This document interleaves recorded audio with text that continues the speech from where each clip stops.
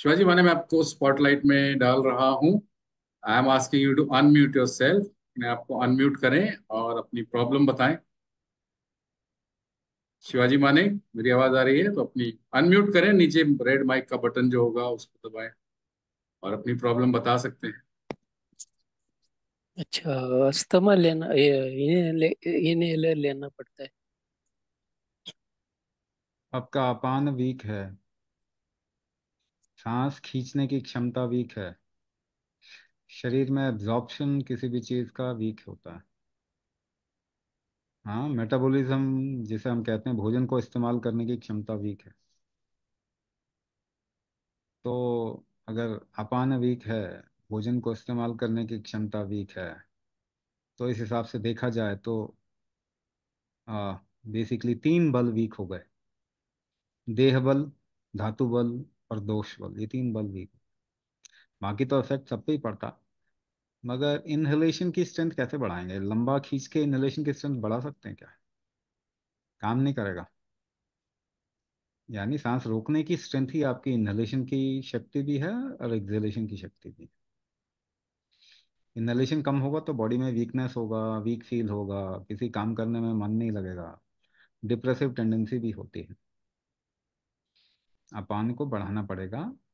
आप कुंभक करिए, ये देखिए आपको बहुत ड्रास्टिक चेंज, बहुत बदलाव नजर आएगा और आपकी ये इनहेलर शिनहेलर सब निकल जाएंगे लाइफ से। अच्छा फील करेंगे, स्ट्रेंथ आएगा बॉडी में और ये प्रॉब्लम सब निकल जाए।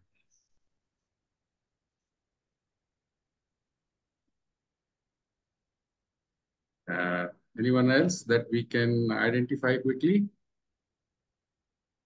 सो नीता पात्र, ओके, जिसकी भी है वो। नीता जी अनम्यूट करें और अपनी प्रॉब्लम बताएं। Unmute yourself, unmute. हाँ, Hello. हाँ, अपनी हाँ जी, प्रॉब्लम। बोलिए। Yes, Yogi ji. My problem is asthma. I don't have asthma actually, but whenever there is weather change, even if there is cloud outside, my nose is blocked and I get headache. And if it persists, if that cloudy weather persists for 2 or 3 days, I get feverish sensation also. And secondly, I'm not able to digest anything. Means hmm. whenever I am into very simple diet, but if I eat something out of the way, I have stomach indigestion, stomach ache like since last 2 3 days when there is a cloudy weather, and again I'm since last 2 3 days I'm having stomach ache problem. Also, I have a sleep disorder. I've tried my level best. I try my level best to sleep on the same time every day at 9:30 p.m. But many a times it so happens that I'm not able to sleep till 12:30, 1, or even 2 o'clock in the morning. These are the three major problems that I'm facing. But And I'm I'll tell you the root of all these three problems. Right? If you fix it, all these three problems will get fixed. So the root okay. of problem is the distributive strength in your body. The samana factor, samana strength, the distribution of anything in your body, the Okay. distributive strength of your body is weak. Okay. So what is called as pain? When you say pain, it is basically some kind of a block, stoppage, रुकावट। ठीक है, आपके शरीर में कोई चीज फैल नहीं रही है जैसे फैलना चाहिए। अच्छा. तो वो फैलाने का स्ट्रेंथ कम है। हम्म। Okay. इसी की वजह से, because of that what happens, फैल नहीं रहा तो इसका, this also means that there is a block, it is stopping. Okay. So your digestion is also weak because Yes. you feed yourself. If you feed yourself, if it doesn't get distributed, what will happen? Blockage पहली is बात, created. आपको भूख नहीं लगेगी पहली बात, या acid reflux भी होता है कई लोगों को ऐसी कंडीशन में, है ना? एसिड रिफ्लक्स और ऊर्ध्वगत वायु which creates a headache. Yes. So whenever there is a block in the environment, the block in your body actually exacerbates, Okay. increases. बारिश के Yes. मौसम में ब्लॉक हो गया ना, बादलों ने एनवायरनमेंट को ब्लॉक कर दिया, अब जी आपके शरीर के अंदर का ब्लॉक एकदम से आपको फील करवाएगा कि देर जी is a change going on around you. Yes ठीक है ना। The problem is distributive strength is weak, समान दोष कहते हैं इसको। अगर आपको ओके शरीर में कुछ चीज फैलाना है, ज्यादा कहीं पे पहुंचाना है, what will you do? Suppose आप जूस पी रहे हैं और स्ट्रॉ में पल्प अटक गया, something get stuck in the straw, what will you do? You will create a pressure wherever I'll the have to apply more effort. you'll have to apply. हाँ, also it must be in your experience that the moment you make more effort, it becomes easy for you. So when you hold your breath and just make more effort inside the body, things will start distributing itself. So problem are basically what you're the difficulty that you're facing. But why you're facing that difficulty? The root of the problem is samana dosha. है ना, उसको अगर ठीक कर लेंगे ना, तो ये सारी चीजें खत्म हो जाएंगी। नींद नहीं आ रही ना, there is a risk in the body. Suppose things are not getting distributed, will your body fare? I am not getting the required nutrition, I am not getting whatever I want. आपको आपके शरीर को डर लगेगा ना। जब आपके शरीर को डर लगेगा, क्या वो अपने आप को ढीला छोड़ पाएगा? यू नो, नहीं when you sleep you find the right position where you can drop your, है कि नहीं? ऐसा ही होता है ना। Now if there is a risk in the body will not be able to drop itself. That is why there is a sleep disturbance also. ये भी इसी वजह से है, क्योंकि आपके शरीर में कोई चीज फैल नहीं, सप्लाई बंद हो जाए, दुकानें बंद हो जाए, you will get into risk, isn't it? आसपास में यस सब दुकानें बंद हो जाएं, आप घबराने लग जाएंगे। नींद नहीं आएगी, कल को खाने को मिलेगा कि नहीं मिलेगा। The body yes also is getting into this risk, and thereby it always creates something called as adrenal overactivity, which won't let you sleep. So once your body is at rest, it is getting whatever it wants, the samana dosha goes off, you will be able to sleep. After kumbhak, you will sleep like, क्या कहते हैं, घोड़े बेच के सोना। Okay thank you Guruji thank you next we have Shuchi Pandey. इन्होंने बोला है कि इन्हें आईएलडी और स्क्लेरोसिस है। सो हाँ, बहुत वात दोष बहुत बढ़ा हुआ है, पहली बात। इन्फ्लेमेशन, बॉडी के अंदर इन्फ्लेमेशन है। वंस अगेन एक और चीज जो है, वात दोष बढ़ा इसलिए हुआ है क्योंकि आ, शरीर के अंदर जिसको हम कहते हैं ना कि मूलभूत स्ट्रेंथ नहीं है, इनको तो बहुत वीकनेस भी फील होता होगा। इन फैक्टर्स, वात दोष का मतलब क्या होता है? वात दोष आपको पहले मैं समझा देता हूँ। और वात दोष हर एक बल को एक्चुअली कम कर देता है। सपोज कीजिए, आपके शरीर के अंदर कोई भी काम काज, कोई भी चीज एक दिशा में, एक तरीके से, एक रिदम में फैलती है। आप भोजन करेंगे, उसको आपके पेट में जाके डाइजेस्ट होके पूरे शरीर में फैलना चाहिए। हर चीज का फैलाव होता है, हर चीज का मूवमेंट होता है, ब्लड का मूवमेंट होता है, लिम्फ का मूवमेंट होता है, गैसेस का मूवमेंट होता है, वाटर का मूवमेंट होता है। आपके शरीर में सारी चीजें मूव करती हैं। मगर वो मूवमेंट में डिस्ट्रैक्शन आ जाए, वो मूवमेंट ठीक से नहीं हो पा रहा, रुकावट पैदा हो जाए। इंटरस्टिशियल लंग डिजीज जब हम कहते हैं, पहली बात आपको ये समझना पड़ेगा, दवाई से ये ठीक नहीं होता, क्योंकि ये डीजेनरेटिव डिजीज है। आपके लंग के अंदर इन्फ्लेमेशन बहुत ज्यादा, क्योंकि रीजनरेशन नहीं है, और कोई चीज दोबारा से खराब होती है तो उसको बाहर निकल जाना शरीर से चाहिए, और उसके बाद में नए टिश्यूज, नए सेल्स बनने चाहिए। अगर ये ठीक से नहीं बन पाएगा तो क्या होगा? खराब टिश्यू निकल नहीं पाएंगे, वहीं रहेंगे, और वो एक तरीके से टॉक्सिन्स और इन्फ्लेमेशन क्रिएट करेंगे।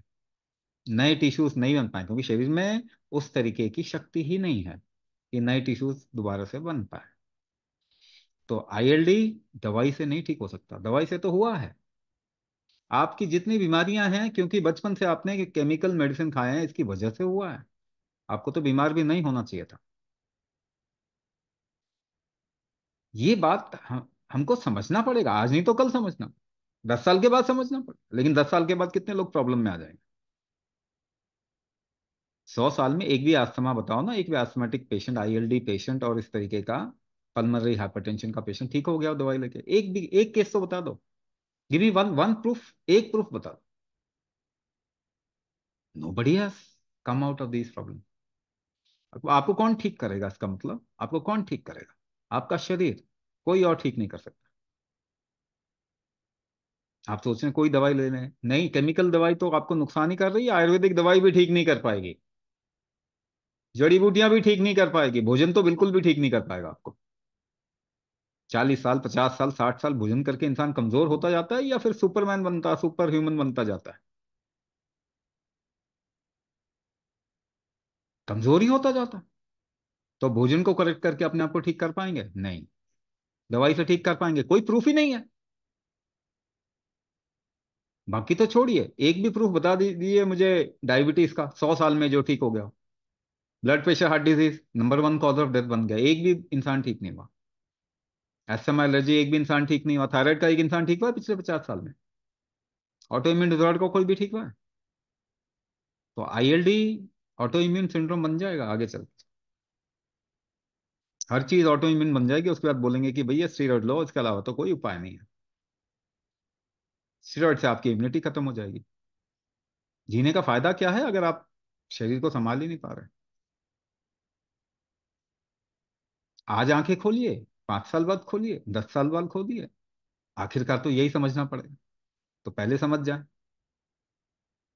पहले समझ जाइए, ये ठीक हो सकता है आईएलडी।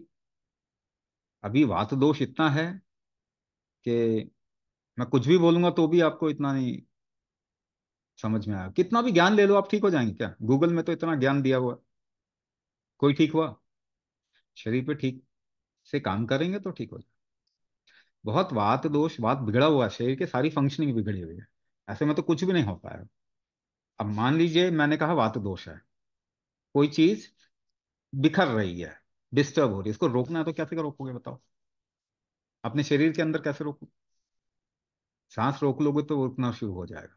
सीधी सी भाषा है, कोई टेढ़ी मेढ़ी भाषा नहीं है। सांस रोकोगे तो वो वात दोष रुकना शुरू हो जाएगा। वात दोष रुकेगा, शरीर में शक्ति बढ़ेगी, उसका फ्लो ठीक होगा, तब जाके आपके ऊपर दवाइयां भी काम करेगी, वरना दवाइयां भी काम नहीं करती। धीरे धीरे करके वो काम करनी बंद हो जाती।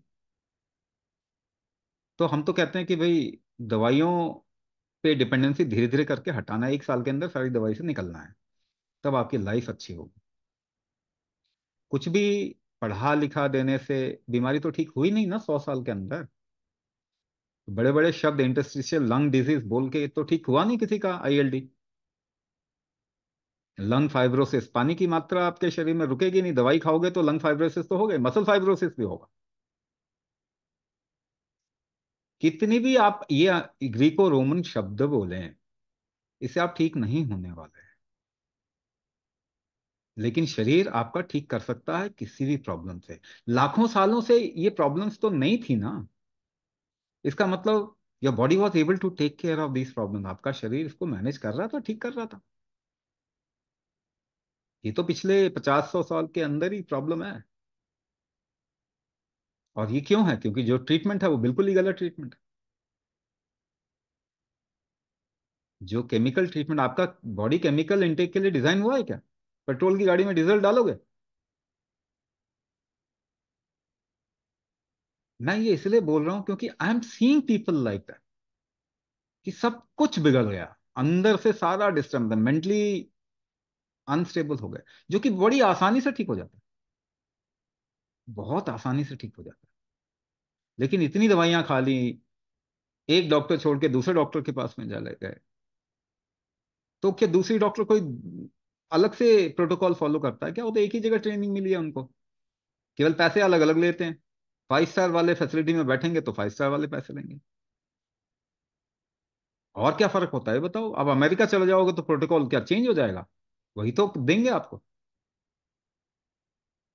मगर इतने में कि आप अलग अलग ब्रांड की दवाइयां खा खा के अपना शरीर खराब कर लेंगे, ये तो पक्का, ये तो सिचुएशन दिखती है। तो आपका शरीर ठीक कर सकता है, कोई भी ठीक नहीं करेगा। इस बात को आज समझिए, कल समझिए, परसों समझिए, आपकी इच्छा। जितना जल्दी समझेंगे उतना अपने आप को जल्दी ठीक कर पाएंगे। और आप लोग सब समझदार हैं, बस वो थोड़ी बहुत, कहते हैं टेक्निकल वर्ड के पीछे आप घूमते जा रहे हैं। आपका शरीर ही आपको ठीक करेगा, कोई और ठीक नहीं कर सकता, कोई दवाई ठीक नहीं कर सकती, कोई फूड ठीक नहीं कर सकता। शरीर के स्ट्रेंथ को वापस कर दीजिए, उसकी शक्ति, रीजेनरेटिव स्ट्रेंथ को वापस कर दो, उसके मेटाबॉलिक स्ट्रेंथ को वापस कर दो, इम्यून स्ट्रेंथ को वापस कर दो। और थोड़ा कंट्रोल में तो लेके आना पड़ेगा आपके शरीर को। नहीं तो कितने भी जगह अगर भटकेंगे, सोल्यूशन तो नहीं मिलने वाला। सोल्यूशन तो आपका शरीर ही देगा। तो वात दोष, यानी वात दोष, पित्त दोष, कफ दोष का उपाय क्या है? कुंभक। कुंभक क्या है? प्रेशर। प्रेशर, आपके प्रेशर आर्किटेक्चर को ठीक करना, यानी वात को कंट्रोल करने का तरीका। कुंभक से ही आपका पित्त भी स्ट्रेंथन होता है, रेगुलेट होता है। प्रेशर मैनेजमेंट से ही टेम्परेचर, आप कुंभक करेंगे आपके शरीर में गर्मी बढ़ जाएगी। उस गर्मी के कारण आपका फ्लेम डिजोल्व होगा, आपकी मेटाबॉलिज्म इंप्रूव होगी, एब्जॉर्प्शन इंप्रूव होगा, काफी चीजें होंगी शरीर के अंदर। तो सॉरी, ये करना पड़ेगा। कृष्णदास महर जी, ये लंग फाइब्रोसिस आपको है?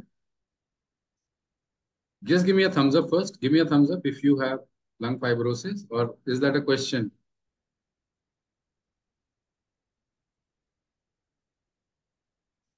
6 मंथ से लगभग अपने को है, आपको? लंग्स हाँ, एक फाइब्रेशन है। मिनट, हाँ ठीक है ठीक है, एक minute. So because lung fibrosis काफी लोगों को होता है, जी और जी। क्या बोलते हैं इसमें, क्वेश्चन भी आता है क्या लंग फाइब्रोसिस ठीक हो सकता है, नहीं ठीक हो सकता है? So will just show you to Swami ji and you'll get हाँ your तो वो answer तो also. वो तो दिख गया, वो तो दिख गया, डिहाइड्रेशन है। बॉडी में जल तत्व रुकता नहीं है, पानी नहीं रुक रहा। जी जी। अगर शरीर के अंदर पानी नहीं रुकेगा तो कोई भी चीज सूख जाएगी ना। जी जी। आपका मेटाबॉलिज्म भी तो पानी के जल तत्व में, तो जल तत्व आपके शरीर में रुक नहीं रहा, ड्राई हो रहा है, अंदर से सूख रहा है। जी जी। सूख रहा है तो फाइब्रोसिस होगा, लंग फाइब्रोसिस भी होता है, और कई लोगों को मसल फाइब्रोसिस भी होता है, फिर स्टिफनेस ऑफ जॉइंट्स भी होती हैं, पेन फैक्टर्स बढ़ जाते हैं, रुकावट आ जाती है शरीर के अंदर। तो अगर जैसे जैसे आपके शरीर में पानी रुकना शुरू होगा, आप देखेंगे फाइब्रोसिस ठीक हो जाता है। ये ऐसा ही है जैसे नई टहनी होती है, आप तो पेड़ से तोड़ लीजिए, उसके बाद में उसे वो 3-4 हफ्ते बाहर धूप में छोड़ दीजिए, क्या होगा? स्टिफ हो जाएगी लकड़ी। ये फाइब्रोसिस कहलाता है। फाइब्रोसिस का मतलब पानी निकल गया। सबसे बड़ा शरीर से पानी निकलने का कारण होता है केमिकल मेडिसिन। अगर मेडिसिन को लंबे समय तक लेंगे तो सबको फाइब्रोसिस होने ही वाला है ना, चाहे वो कोई बोले चाहे वो नहीं बोले, क्योंकि आपका शरीर डिहाइड्रेट होता है। आप 500 मिलीग्राम की कोई दवाई लेते हैं तो 495 मिलीग्राम आपका शरीर निकाल लेता है पानी में डिजोल्व करके। चाहिए आपको 5 मिलीग्राम, इसीलिए 500 मिलीग्राम दिया जाता है कि 495 तो निकाल देगा शरीर। मगर कैसे निकालेगा? पानी में घुलो के ही निकालेगा, डिजोल्व करके ही निकालेगा। तो पानी निकाल दिया आपके शरीर का। कोई भी एंटीबायोटिक खाते हैं तो आपका शरीर डिहाइड्रेट होता है। सो कोई भी केमिकल मेडिसिन आप शरीर में डालेंगे तो शरीर उसको निकालने की कोशिश करता है। हम उसको डोज टाइट्रेट कर देते हैं, ओवरलोड कर देते हैं, तो वो शरीर में पहुंच जाता है। This is basically a torture, not a treatment, है ना। This is basically a torture. उस तरीके से भी आप देखेंगे तो आपके बाकी अ, शरीर के अंदर भी पानी की मात्रा कहीं ना कहीं सूख रही है ना। ये केवल लंग फाइब्रोसिस केवल एक डिटेक्ट कर दिया क्योंकि कुछ चीजें डिटेक्ट हो जाती हैं। बाकी आपको मालूम मैक्सिमम चीजें तो डिटेक्ट हो ही नहीं पाती। आंखों में पानी कम आना, मुंह में पानी कम आना, सलाइवा नहीं निकल पाना, पसीना नहीं आना, ये सारी चीजें एक साथ आपको देखने को मिलेंगी। अगर कंपेयर करेंगे पहले से तो कम हो जाएगा, मतलब कम हो गया वो पार्ट। इसी का इसका मतलब ही है कि आपके शरीर में पानी के जल तत्व की मात्रा जितनी रिक्वायरमेंट है उतनी नहीं है। लेकिन रोकेंगे कैसे पानी को? एक रोकने का तरीका तो कुंभक है। आप रोक रहे हैं ना। आप बेसिकली रोक रहे हैं, सांस को रोक रहे हैं, है ना। सांस को जब आप रोकते हैं तो कोई भी चीज आपके शरीर में रुकती है। एक तरीका उसको ठीक करने का जल तत्व को है कि आप अपने बॉडी का प्रेशर इकोसिस्टम ठीक करेंगे, और जितना भी नुकसान हुआ है दवाई खा के उसको भी आपको सपोर्ट मिलेगा, और उसके साइड इफेक्ट से भी आप निकल पाएंगे। और धीरे धीरे करके आप देखेंगे फाइब्रोसिस, किसी भी तरीके का फाइब्रोसिस, वो हो जाता है ठीक। एक ही बात मैं आपको बोलूंगा, टाइम पीरियड हर एक इंसान के लिए अलग अलग लगता है। कोई तो 2 से 3 महीने में ही हो जाएगा ठीक, किसी को साल भर भी लग सकता है। मगर रिकवरी जहां पे हो रही है, आपकी दवाई से तो रिकवरी है ही नहीं। तो रिकवरी जहां हो रही है, कम से कम वहां बेट करना चाहिए आपको, ठीक है ना। वो काम करना चाहिए, वो सुरंग में घुसना चाहिए जिसके दूसरी तरफ में रोशनी है। एलोपैथी की दूसरी तरफ में रोशनी नहीं है, डेथ बेड है। तो बहुत जरूरी पड़े तभी एलोपैथी का इस्तेमाल करें। कोशिश करें कि धीरे धीरे करके अपने शरीर में ये क्षमता ले आएं कि आपको किसी भी दवाई की जरूरत ना पड़े। नहीं, अनम्यूट करके बोलिए तब सुनाई देगा, ऐसे नहीं सुनाई दे रहा।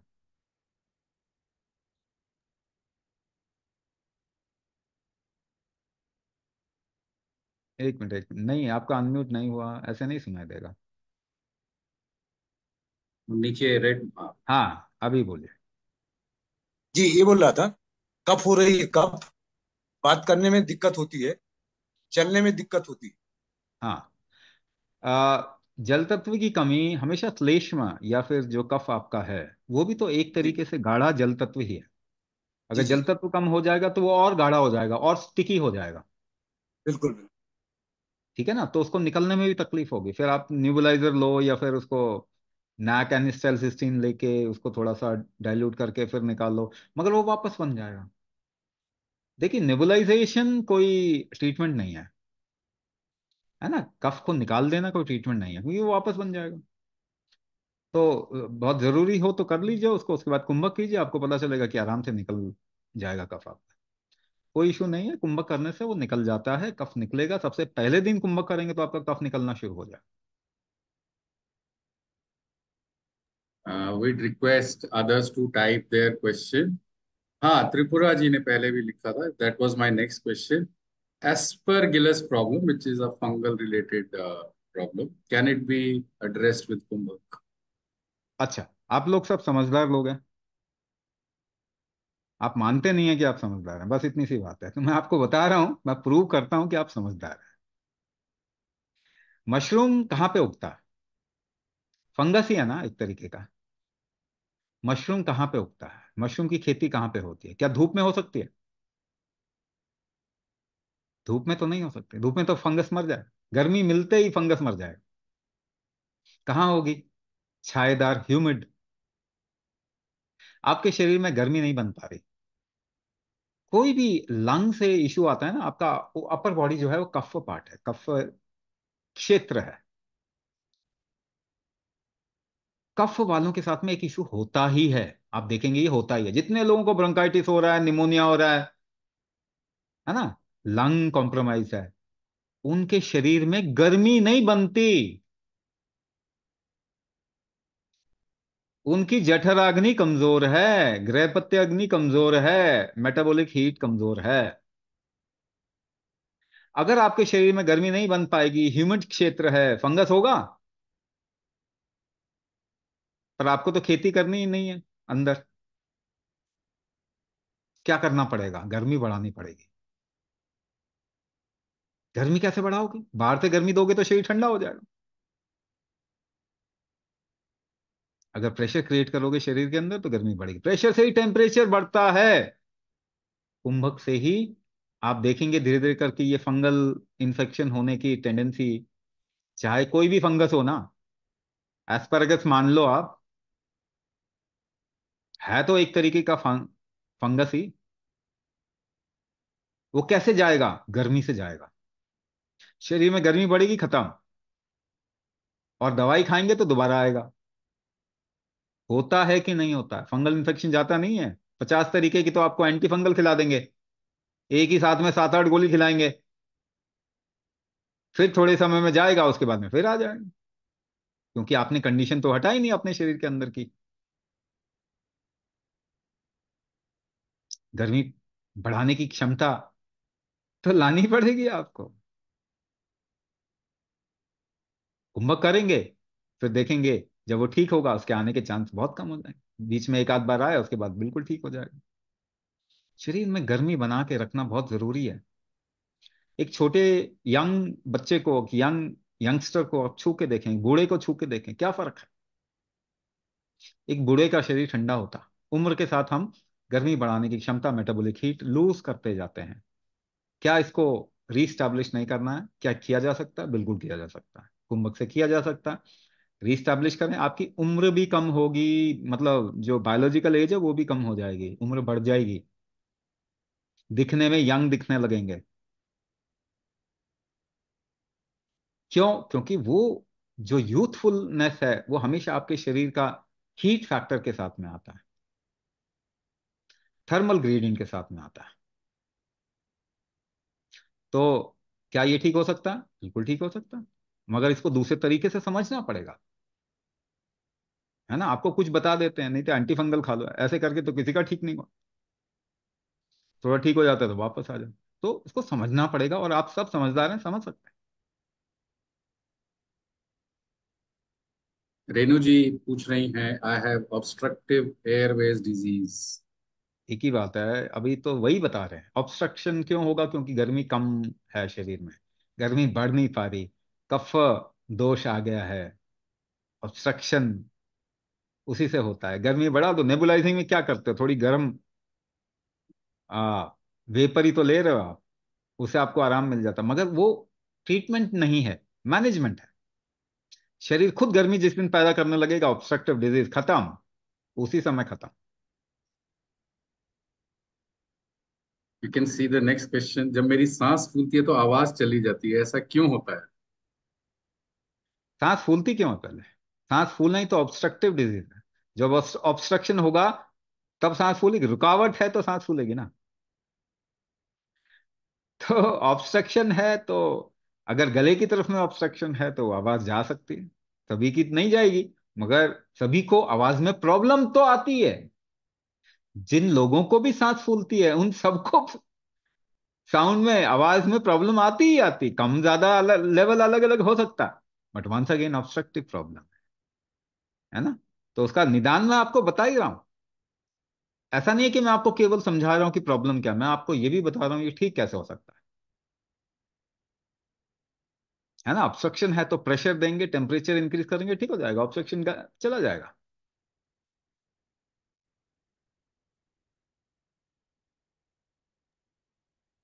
Okay, I think time is limited. Okay, so Swami ji, time is limited. Thank you for your time Swami ji. अगर और भी सवाल होंगे तो do keep in stay in touch with us.